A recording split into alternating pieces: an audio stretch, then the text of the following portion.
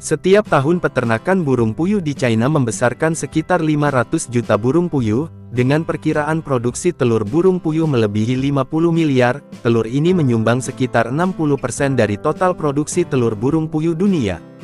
Video ini akan membawa Anda pada eksplorasi terperinci, tentang metode peternakan burung puyuh modern di China, yang menggambarkan bagaimana industri ini mencapai efisiensi tinggi, dan menjaga keberlanjutan dalam produksi.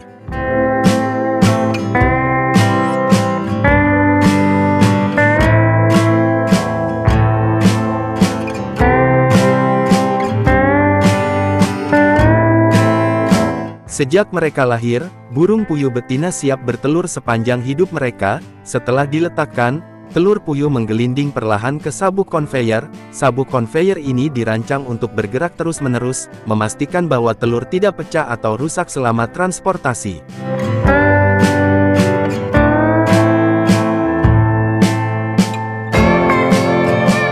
Setelah pemeriksaan, telur yang memenuhi standar tanpa retakan, atau kelainan bentuk, ditempatkan dalam inkubator. Inkubator dijaga pada suhu sekitar 37,5 dicuci dan dikeringkan, suhu ideal bagi embrio untuk berkembang dan menetas.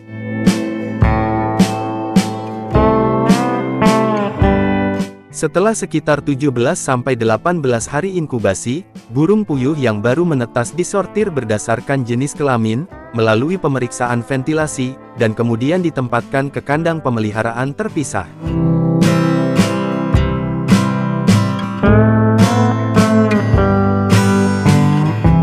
Burung puyuh muda memerlukan diet protein tinggi khusus, yang meliputi jagung, kedelai, gandum dan biji-bijian lain, untuk mendukung pertumbuhan cepat mereka. 3-4 kali sehari pengumpan otomatis dipasang di kandang pemeliharaan, untuk menyediakan pasokan makanan yang terus-menerus dan merata. Frekuensi pemberian makan dapat bervariasi tergantung pada tahap perkembangan burung puyuh. Selain menyediakan makanan untuk burung puyuh, 3 faktor penting dalam perawatan burung puyuh, termasuk memastikan pasokan air bersih dan segar setiap hari, menjaga kandang pemeliharaan yang bersih, dan memantau kesehatan burung puyuh secara teratur, untuk mendeteksi tanda-tanda awal penyakit. China membeli 30 miliar telur puyuh setiap tahun dari petani, untuk memastikan pasokan yang stabil untuk pasar domestik dan internasional. Ini berkontribusi secara signifikan terhadap pembangunan ekonomi, dan meningkatkan mata pencaharian petani.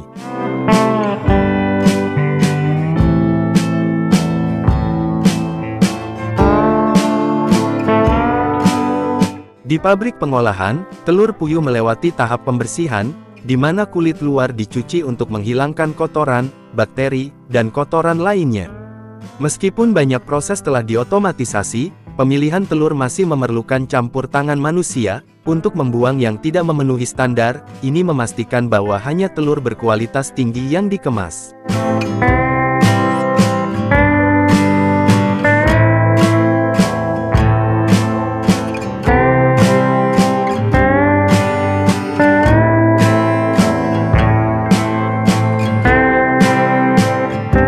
Izinkan saya memberitahu Anda, telur puyuh asin dianggap sebagai cemilan populer di China. Telur puyuh dimasukkan ke dalam sistem pencucian otomatis, untuk membersihkan dan mengupasnya secara menyeluruh dengan cepat dan akurat. Mesin-mesin modern ini menggunakan teknologi canggih, untuk meminimalkan kerusakan, dan mempertahankan bentuk telur.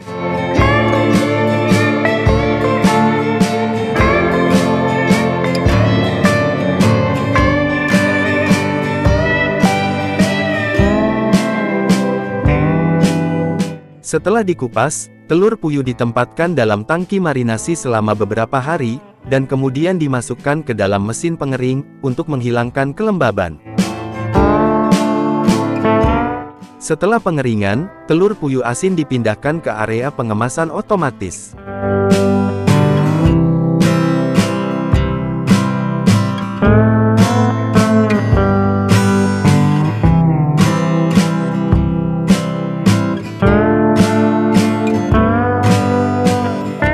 Orang-orang Cina menyukai telur puyuh asin bukan hanya karena lezat, tetapi juga karena bergizi, mengandung kadar protein dan mineral penting bagi kesehatan yang tinggi. Selain hidangan siap saji, daging puyuh juga diolah menjadi produk segar, dan diekspor ke pasar internasional. Karena permintaan daging puyuh terus meningkat, banyak perusahaan di seluruh dunia meningkatkan produksi secara kolektif, menghasilkan total output yang mencengangkan, sebesar 30.000 ton per tahun. Itulah tadi sekilas tentang burung puyuh. Sekarang mari kita beralih ke video lainnya.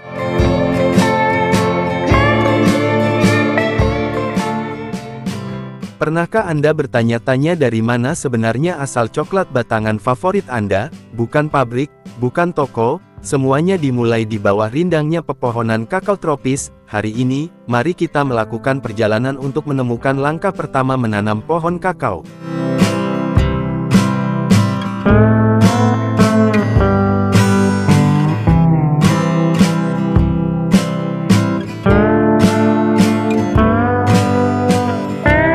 Semuanya dimulai dengan benih yang sangat kecil, yaitu benih kakao. Petani dengan hati-hati memilih yang paling sehat, dan menanamnya dalam kantong pembibitan. Mereka menyiraminya, melindunginya dari terlalu banyak sinar matahari, dan mengawasinya tumbuh setiap hari.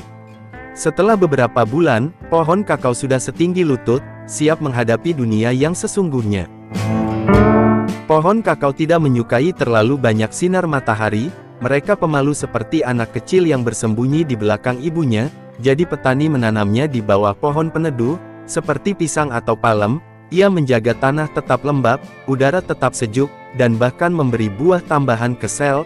Mereka memangkas setiap cabang, menyuburkan tanah, dan melindungi pohon dari serangga, karena setiap buah kakao adalah harta karun manis yang menunggu untuk tumbuh. Setelah 3-4 tahun pohon akhirnya mulai berbuah. Buahnya tumbuh langsung pada batangnya. Ketika matang warnanya berubah menjadi kuning, jingga, atau merah tua. Itulah tandanya perjalanan coklat akan segera dimulai.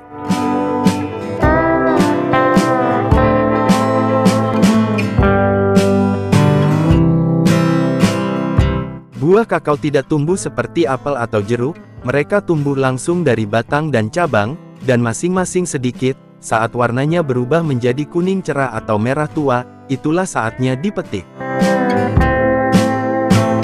Nah, sekarang tibalah pada bagian yang menyenangkan, yaitu memecahkannya. Setelah membelah buahnya, petani menyendok kacang yang terbalut dalam bubur manis dan lengket. Bubur ini adalah kuncinya. Ini memulai fermentasi di mana panas dan ragi liar mulai mengubah kacang mereka, menumpuk kacang-kacangnya ke dalam kotak atau membungkusnya dengan daun pisang. Selama 5 hingga 7 hari, saat difermentasi kacang menjadi panas, berubah warna menjadi coklat dan mulai berbau seperti coklat. Petani membalik kacang setiap 1 atau 2 hari, untuk menjaga prosesnya tetap merata dan lancar. Setelah fermentasi selesai, saatnya mengeringkan kacang di bawah sinar matahari. Petani menyebarkannya di atas tikar besar, atau rak pengering. Mereka membiarkan matahari melakukan pekerjaannya, mengeringkan kacang secara perlahan hingga terasa keras dan ringan. Seluruh proses ini adalah kuncinya. Tanpa fermentasi dan pengeringan, rasa coklat tidak akan pernah berkembang.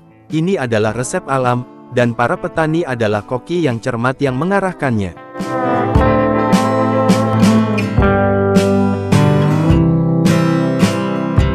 Sekarang biji kakao sudah kering, saatnya untuk perjalanannya ke pabrik coklat. Pertama kacang kedelai dipanggang. Langkah ini menghasilkan rasa coklat yang kaya dan pekat, yang kita semua sukai. Setelah dipanggang, biji kopi dipecahkan, kulit luarnya dibuang dan yang tertinggal adalah biji kakao bagian dalamnya. Biji-biji tersebut kemudian digiling menjadi pasta kental dan gelap, yang disebut cairan coklat. Selanjutnya pabrik memeras sebagian cairan coklat tersebut, untuk memisahkan lemak yang disebut mentega kakao dari padatan, yang menjadi bubuk kakao. Sekarang coklat sudah halus dan berkilau, coklat siap dibentuk. Di pabrik modern segalanya super presisi dan super cepat. Mesin besar menuangkan coklat cair ke dalam cetakan beberapa berbentuk, seperti batangan, yang lain seperti kotak kecil, bola, atau potongan-potongan mewah. Setiap cetakan diisi dengan jumlah yang tepat, kemudian baki dikocok perlahan untuk menghilangkan gelembung, dan menyebarkan coklat secara merata. Berikutnya cetakan melewati terowongan pendingin yang panjang, Di sini coklat perlahan mengeras, dan menghasilkan hasil yang sempurna. Setelah padat, coklat dapat langsung dikeluarkan dari cetakan dan saatnya untuk mengemasnya. Namun hal itu tidak dilakukan dengan tangan, pekerjaan ini milik robot. Lengan robot bergerak dengan kecepatan dan ketepatan. Mereka mengambil setiap potongan coklat, dan dengan hati-hati menaruhnya ke dalam kotak. Lihatlah mesin pembungkus coklat yang luar biasa ini, mereka cepat dan tepat, setiap potongan coklat meluncur menuruni ban berjalan, satu demi satu, lengan robot dan roll mengambilnya, membungkusnya dalam kertas timah, atau bungkus berwarna dan menyegelnya hanya dalam sepersekian detik. Beberapa mesin bahkan memutar ujung-ujungnya seperti permen klasik, sementara yang lain mengemasnya dengan rapi ke dalam kotak, semuanya berjejer sempurna.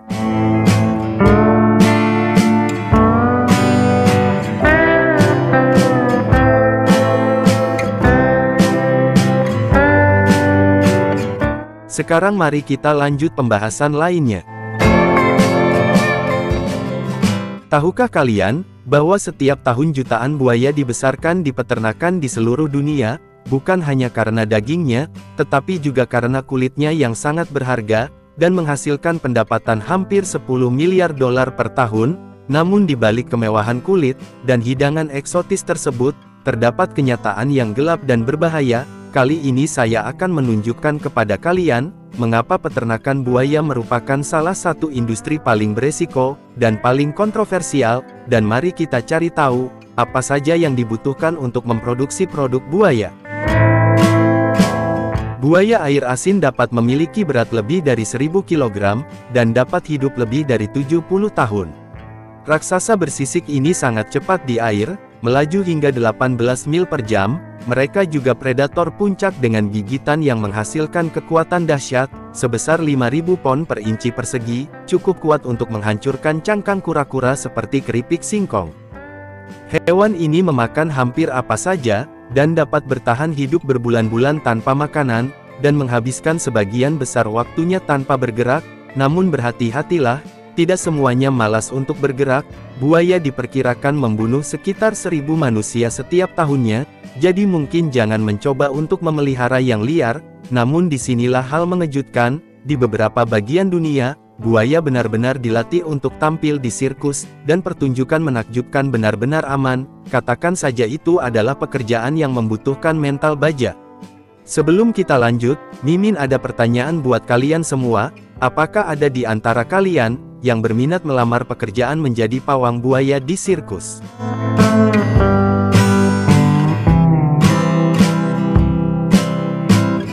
Buaya hidup di sungai, danau, dan bendungan di beberapa wilayah Amerika, Asia, Afrika, dan Australia. Beberapa buaya dari Australia hidup di air asin. Untuk membudidayakan buaya, pemburu seringkali masuk jauh ke rawa-rawa tempat buaya tinggal, dan diam-diam mengambil telur dari sarangnya.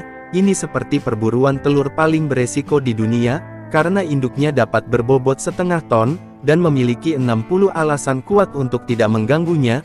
Setelah telur buaya yang berharga itu dikumpulkan, mereka dipelihara dengan hati-hati di dalam ruangan.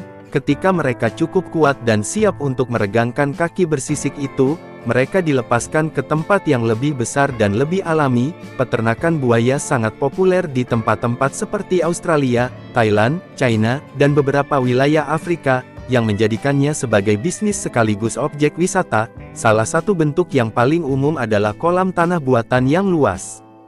Sebagai predator puncak, buaya dibudidayakan dengan berbagai cara. Peternakan di Brazil kerap memanfaatkan kandang melingkar, dengan penutup di bagian atas, sementara peternakan di Cina, umumnya memiliki kandang yang lebih besar, dengan ruangan cukup dan kolam di tengahnya. Area ini dirancang untuk memberi buaya cukup ruang untuk bergerak, berjemur di bawah sinar matahari, dan berenang kapan saja mereka mau.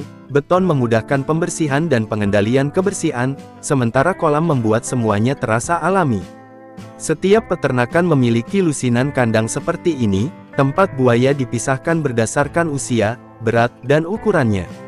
Jadi mengapa peternak mempertaruhkan nyawa dan anggota tubuh untuk membesarkan buaya raksasa ini dalam skala besar? Tentu ini bukan hanya untuk sensasi, alasan utamanya adalah keuntungan besar.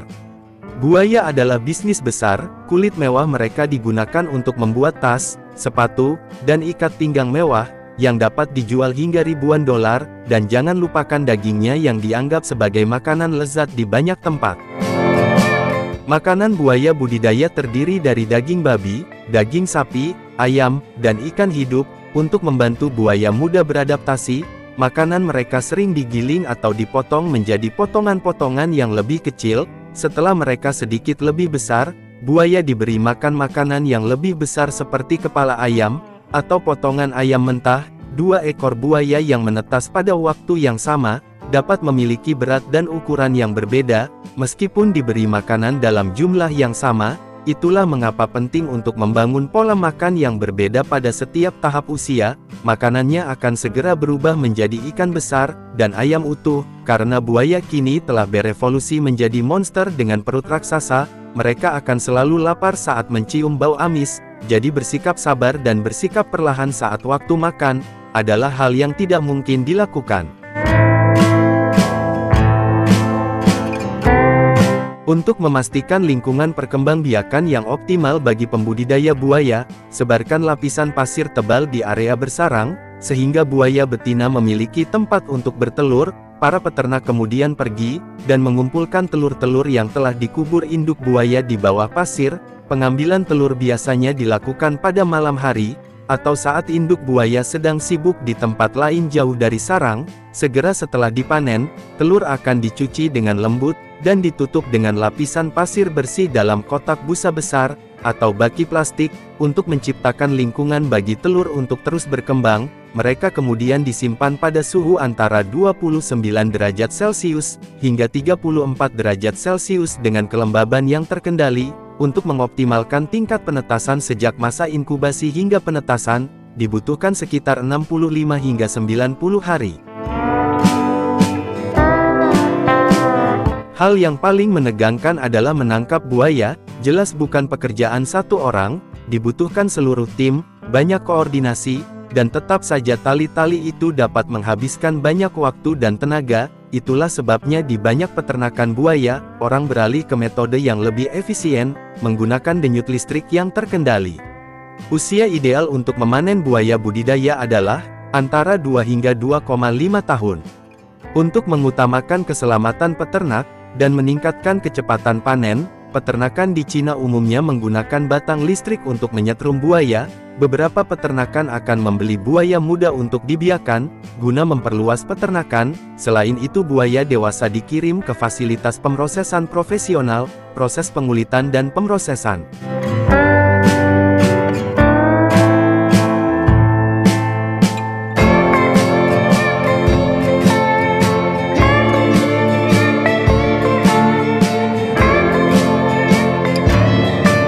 Tahukah kalian bahwa kulit buaya dianggap sebagai barang mewah di dunia mode? Setelah dipisahkan dari daging dan dibersihkan dengan hati-hati, kulitnya diolah dan diwarnai melalui proses terperinci, untuk menjadi produk mewah seperti tas tangan, dompet, dan sepatu kulit eksotis. Ini menghasilkan laba tahunan hingga 9 miliar dolar.